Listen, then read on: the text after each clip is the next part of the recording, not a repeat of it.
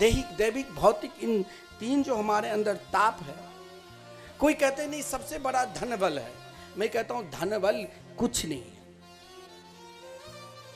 आपके पास बहुत धन है, करोड़ों की धन बैंक में रखा हुआ है, फिर भी आपके पास जो कार्ड है, क्रेडिट कार्ड, आज मानो आप कहीं मार्ग में जा रहे हैं, उसका दिन एक दिन पूर्व ही समाप्त हो चुके हैं, तो फिर आप लगाओ तो 1 रुपया नहीं निकलेगा। धन रहते हुए भी कभी कभी वो धन समय पर कार्य नहीं देगा। तो धन बल से कोई कहते हैं उससे भी बड़ा शरीर का बल है।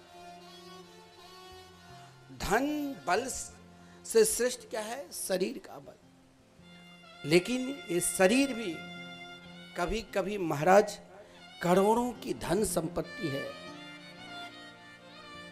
घर से निकला एसी से, गाड़ी में एसी, ऑफिस में एसी, सारी व्यवस्था है, सोने की कटोरी में वो बढ़िया, हम लोग जिस प्रकार भरपेट जो इच्छा हुई खा लिया, लेकिन ऐसे ऐसे धनवान हैं, सोने की कटोरी पास में रखा है, लेकिन कब किस समय कौन दवा खाए वो दवा रखा हुआ है, वो गोली रखा हुआ है, वो अपनी शरीर से दुखी है। अब इससे भी कोई कहेंगे कि नहीं, धन बल से तन बल, और एक उससे भी बल क्या होता है? मन। लेकिन ये मन भी कभी कभी स्वयं जिस कार्य में लगे हुए हैं और उस कार्य में सफलता नहीं मिल रही है तो मन खिन्न हो जाएगा, मन उदास हो जाएगा। परंतु इन सर्वश्रेष्ठ जो बल है वो आत्मबल। जीवन में आत्मबल जिसके पास है वही भगवान को प्राप्त कर सकते हैं, और वही संसार में सर्वश्रेष्ठ पद को प्राप्त कर सकते हैं जिसके पास आत्मबल है। भागवत में केवल आत्मबल की शिक्षा दिया है। अगर आपके अंदर आत्मबल है तो मान लो एक दिन जिस कार्य में लगे हैं सफलता अवश्य मिलेगी। और महाराज मंगलाचरण में व्यास जी तो यहाँ तक कह दिया कि उन आत्मबल अगर आपके पास है तो आपको कभी ये नहीं चिंतन करना चाहिए कि हम बहुत बड़े पापी हैं, कि हम बहुत बड़े धर्मात्मा हैं। हमारे गुरुदेव कहा करते हैं कि देखो, अपने पाप से भी कभी कभी घबराना नहीं चाहिए। भागवत तो पाप और ताप को नाश करने वाले हैं।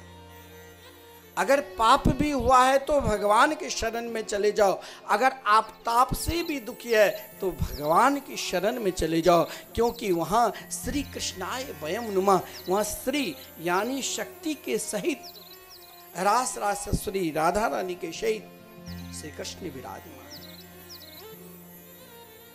गुरुदेव का प्रणाम क्या गया है।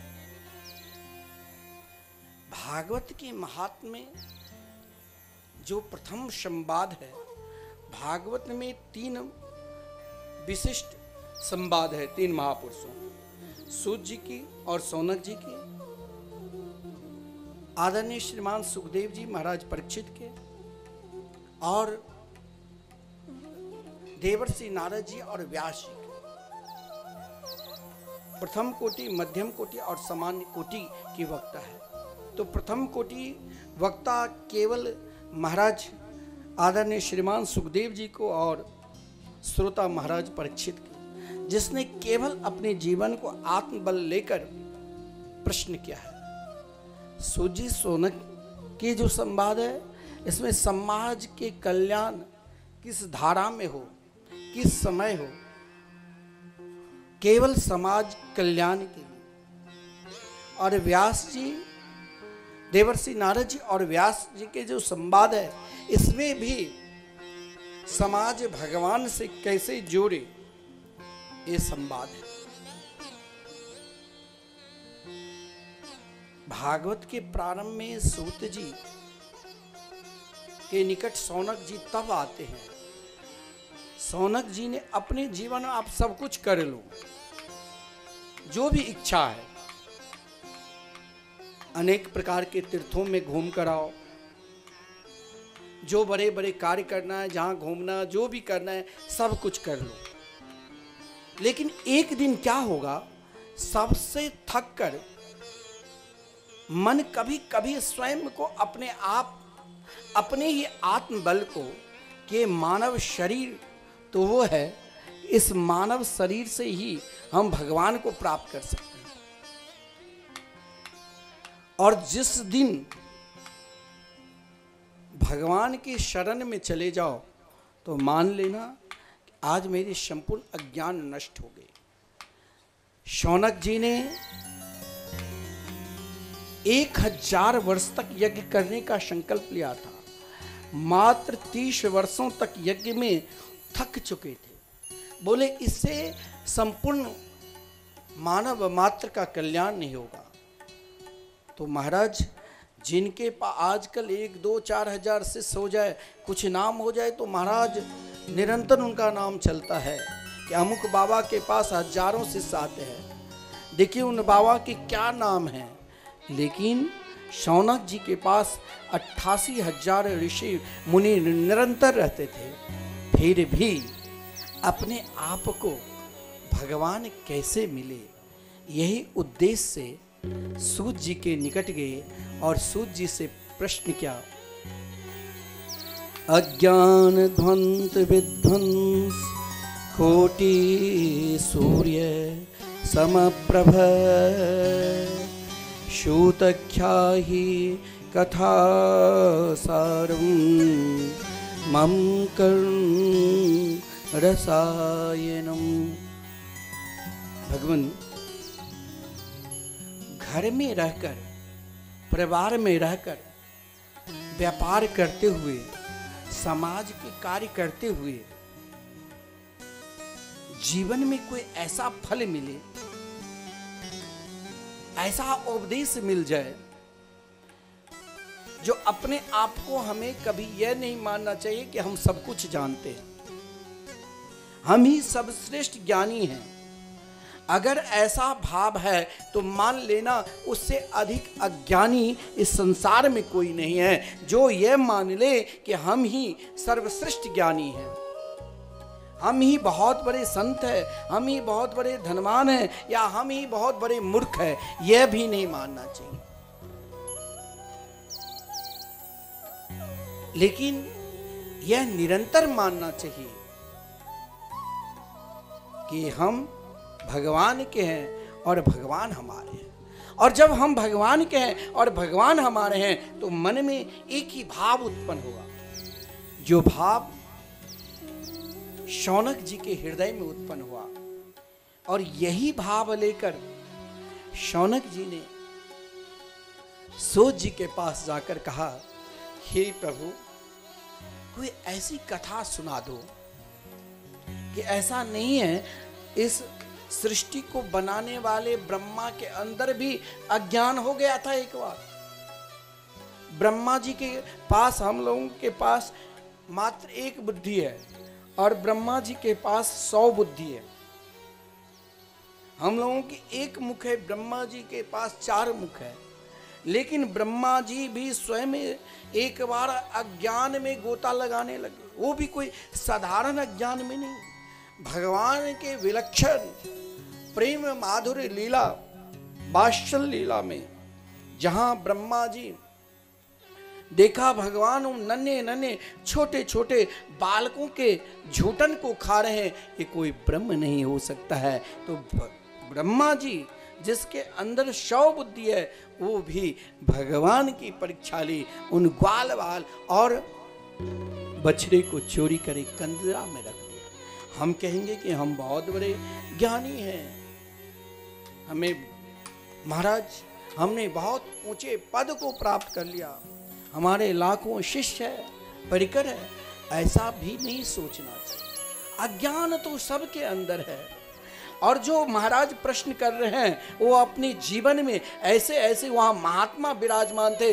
जो अपने जीवन में ना जाने कितने बार सतयुग, त्रेता, द्वापर, कलयुग को देख चुके हैं। फिर भी जब संत के निकट में गए तो संत के पास जाओ, सदगुरु के पास जाओ तो वहाँ एक कार्य जरूर करना कि अपनी विशेषता को वहाँ बखान मत करने लग जाओ। सदगुरु तो ऐसा है जो आप जो भी बखान करोगे, चाहे अपनी प्रशंसा के भी, उसमें भी वहां कह देंगे। वहां मौन हो जाओ, वहां निरंतर एक ही प्रश्न लेकर उनके निकट जाओ कि हम सर्वश्रेष्ठ ज्ञानी नहीं है, मेरे अंदर भी अज्ञान है। वैसे शौनक जी साक्षात भगवान शिव के अवतार माना गया है, लेकिन उन अवतारों में भी भगवान शिव जब शौनक ऋषि के रूप में आए, जिनके यज्ञ के रक्षा करने के लिए स्वयं मृत्युदेव द्वार पर खड़े हैं, इस यज्ञ में जो भी प्रवेश करेगा वो कभी मरेगा नहीं। 300 वर्ष तक यज्ञ चला, 30 वर्ष। अब देखो कहीं ना हर यज्ञ में कुछ ना कुछ बाधा होती है, विघ्न आता है, लेकिन प्रश्न क्या किया कि प्रभु हम एक अज्ञानी हैं। देखिए भगवान के पास भी जाओ, हम प्रार्थना करते हैं भगवान को कि तेरा तुझको अर्पण क्या लागे मेरा, सब कुछ आपने दिया वो मैं अर्पण कर रहा हूं। लेकिन आप जब अर्पण करने बैठते हो तो वही आज भी घर में सत्यनारायण की कथा करवाते हो तो वही अपने तो महाराज हजारों रुपया के धोती पहनकर, लेकिन पंडित जी के लिए वही छोटी सी तौलिया रख देते हो, सड़े हुए फल विकार युक्त कार्य करते हो। लेकिन यही तो अज्ञान है, यही तो अज्ञान है। लेकिन हमें घबराना नहीं चाहिए। जब जीवन में घबराहट हो तो एक कार्य निरंतर करो। क्या वो कार्य है? घबराहट को त्याग कर भगवान के शरण में चले जाओ। और भगवान क्या करेंगे? भगवान भागवत में स्वयं कहा गया है, भगवान ही आचार्य के रूप में है, सदगुरु के रूप में है, महापुरुषों के रूप में है। और वहां जाकर अपना ज्ञान की बखान छोड़ दो। आजकल महाराज हम अपने बड़प्पन लेकर जाते हैं, अपना बड़प्पन को त्याग दो। और त्याग कर, जैसे शौनक जी ने सूत जी से प्रश्न किया, कोई सूत जी के अवस्था पर अगर आप विचार करोगे तो जिस समय भागवत श्रवण करा रहे थे उस समय सूत जी की अवस्था मात्र 20 वर्ष की और शौनकादिक ऋषि की अवस्था, मैंने कहा कि अपने जीवन में कई बार चतुर्युगी देख चुके थे। लेकिन उनका विश्वास, उनका संबंध और उनका समर्पित भाव देखिए, जिस भाव को लेकर ही ऐसा प्रश्न किया कि भगवान मेरे अंदर अज्ञान है, लेकिन उन अज्ञानों को दूर करने के लिए कोई ऐसी कथा श्रवण करा दो जो कर्ण रसायनम, कानों को प्रिय लगे। कान को प्रिय कौन सी वस्तु है? भगवान की कथा। बोले कथा क्यों है? अरे स्वयं भागवत में ब्रजांगनाएं जिस समय भगवान अंतर्धान हो गए थे, उन गोपियों जो लाखों ब्रजांगनाएं सबकी दृष्टि तन मन धन से श्री कृष्ण में समर्पित थी, लेकिन एक पल के लिए भगवान अंतर्धान हो गए तो उन गोपियों ने भगवान को खोजते खोजते सोचा कि अब अपने आत्मबल का प्रयोग करूं, आत्मबल की सहारा से पुनः भगवान को प्राप्त कर लिया। और भगवान को जब प्राप्त किया तो भगवान के निकट एक ही गान की, क्या? तब कथामृतम तप्त जीवनम कभी भिदितम कल्मषाप श्रवणमंगलम श्रीमदाततं भुवि गृह्णन्ति ते भूरिदा जना। ये है आत्मबल। आज समाज में आत्मबल नहीं है। आज समाज में वो बल है, कौन सा बल? जो तीनों बल पर कभी हमें विश्वास नहीं। धन बल से कोई अपने आप में मस्त रहते हैं कि चलो श्री देवेंद्र मिश्र तो अपने बम्बई में रहते हैं, हमारे यहाँ कोई आयोजन होता तो नहीं, हमारे यहाँ कोई आयोजन होता नहीं आते, हम क्यों जाएं। ये सबके लिए है। एक गांव में आप एक व्यक्ति के लिए नहीं है, एक परिवार के लिए नहीं है, ये सबके लिए है। और आदरणीय शौनक जी ने जो प्रश्न किया वो एक व्यक्ति के लिए नहीं, एक आत्मबल लेकर प्रश्न किया कि मेरे अंदर अज्ञान है। ऐसा नहीं है हम बहुत बड़े ज्ञानी हैं, ऐसा नहीं है हम बहुत बड़े तपस्वी हैं, और ऐसा भी नहीं है कि हम ही सब कुछ जानते हैं। जानने वाले तो आप हैं, लेकिन आपसे ही मैं प्रार्थना करता हूं कि अज्ञान मेरे अंदर है, लेकिन कर्ण रसायनम, कानों की रसायन, कानों में एक अमृत, कौन सी अमृत है? जीवन को जलते हुए महाराज कहीं जल रहा है, और जलते हुए अभी दुबई में महाराज जलते हुए भूमि पर पानी प्राकृतिक रूप से नहीं, स्वयं को वैज्ञानिक रूप से पानी बरसाया तो स्वयं डूबने लग गए। स्वयं को अपने आप भगवान की जो संविधान है, भगवान जो धर्म को बनाया उससे विरुद्ध आचरण करोगे तो स्वयं डूब जाओगे। और वो विरुद्ध आचरण कौन कर सकता है? जो महाराज, ये नहीं है आप बहुत बड़े विद्वान भी अज्ञानी हो सकते हैं। तो कहा ऐसी कथा सुना दो जो जलते हुए जीवन में एक महाराज आत्म संतुष्टि, आत्म बल मिल जाए। और वो आत्म बल क्या है? तो उन गोपियों ने भी भगवान से यही कहा था, तब कथामृतम, जीवन को जलते हुए जीवन में एक अमृत की तरह, हे भगवान आपकी गुणगान है, आपकी कथा है, आपके कीर्तन है।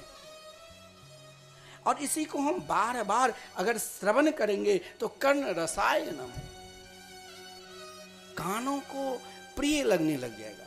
आप जिस दिन, एक बात ध्यान देना, सही में आप अपने आप को एकांत में बैठकर यह सोचना कि हम भगवान के हैं कि हम दुनिया के हैं। अगर भगवान के हैं तो भगवान की कथा में आपको आत्मबल मिलेगा। आत्मबल यानी बार बार सुनने में आनंद मिलेगा।